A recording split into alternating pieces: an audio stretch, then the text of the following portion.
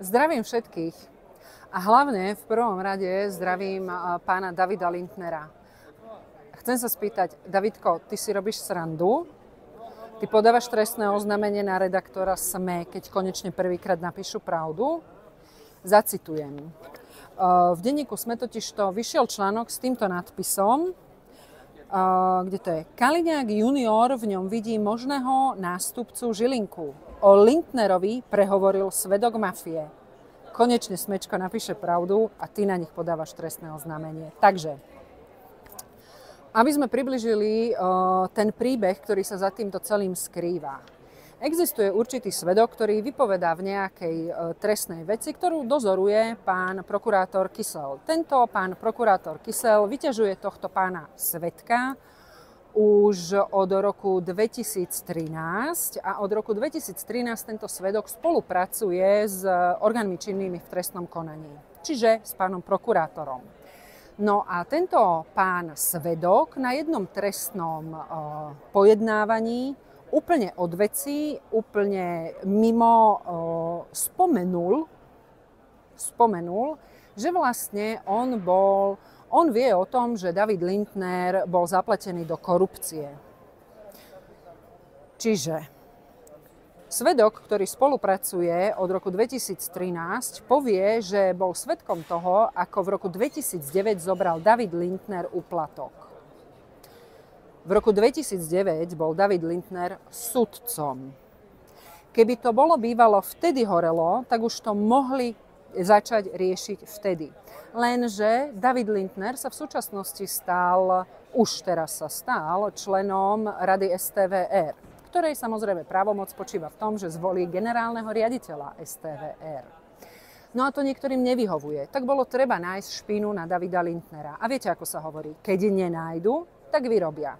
Zjavne vyrobili, pretože keby na Davida Lindnera niečo mali, tak by Davida Lindnera, ktorý sedel 7 mesiacov vo väzbe, mohli už dávno začať normálne trestné stíhanie a Davida Lindnera odstíhať. K tomu vtipu sa vrátim zo začiatku. Ono totižto tuto napísal pán zo SME, že o Lindnerovi prehovoril svedok mafie. No tak keď tento svedok spolupracuje s OČTK od roku 2013, je svedkom koho? On si označil tých novinárov, alebo teda respektíve ten novinár označil pána Kysela ako mafiu. A teraz si skúsme pozrieť ešte, čo sa tu píše, čo bolo na tom celom prípade takéto, že človek ani nevie dýchať, lebo sa tu väčšinou ľudia ako pán Ďurka stávajú svätými vďaka médiám. Ale aby sme sa teda k tomu dokopali, ja to už konečne našla. Tuto to je. Svedok v inej veci vypovedal o praktikách NAKA. Pán Ďurka mi povedal, že ja som malá ryba, že keď nespravím, čo chce, tak skapem. Vždy chceli Lindnera, Fica, Rybára. Lindner ma nikdy na nič nenavádzal. Ďurka mi povedal, že ja som malá ryba, že on chce Fica, Lindnera a Rybára. Ja som mal raz problém, Ďurka si to zistil, že či si mám vymyslieť, že som dával pánovi Lindnerovi úplatok 300 000 SK, čo nie je pravda. Ja som pána Lindnera ani nepoznal, neviem, kto to je. Ďurka povedal, že Boris Kaiser bude klamať ako ja, že sa nemám báť. Že mám povedať, že Boris Kaiser platil cezo mňa tomu Lindnerovi, čo nebolo pravda. Že majú aj Borisa. Že povie to isté, čo ja. A keď nie, tak mi dajú mučiť syna a znásilňovať ženu.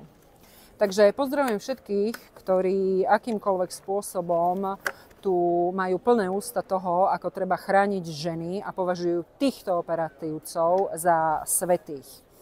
A čo sa týka toho, že to vytiahol svedok svedok mafie, rozumej, prokurátora Kysela, to netvrdím ja, to povedal pán Burčík v Smečku. Takže čo povedal vlastne pán Takáč? Pán Takáč to vytiahol vtedy, keď sa už v kuloároch hovorilo, respektíve keď už bol David Lindner kandidátom. Nepodarilo sa zničiť Smer, nepodarilo sa zničiť Davida Lindnera, tak ho treba mediálne zlinčovať. Ale viete, má to aj druhý rozmer. Má to ten rozmer, že sudca, ktorý bol toho svedkom, tejto výpovede očierňovania Davida Lindnera, tak ten sudca si má zapamätať z prokuratúry jasný odkaz, že ak nebudete súdiť, ako my chceme, tak aj na vás sa nájde svedok, ktorý bude tvrdiť niečo. Možno, čo ste neurobili, ale my takýchto ľudí nájdeme, pretože ak nie, tak budeme mučiť vášho syna a znasilňovať ženu. Pre tých ostatných, ktorým jednoducho mainstreamové médiá už nič nehovoria a ktorí vieme, že mainstream, teda novinári hlavného prúdu, väčšinu svojej tvorby klamú, prajem krásny a ničím nerušený predĺžený víkend a dúfam, že sa na Slavíne uvidíme. Majte sa pekne.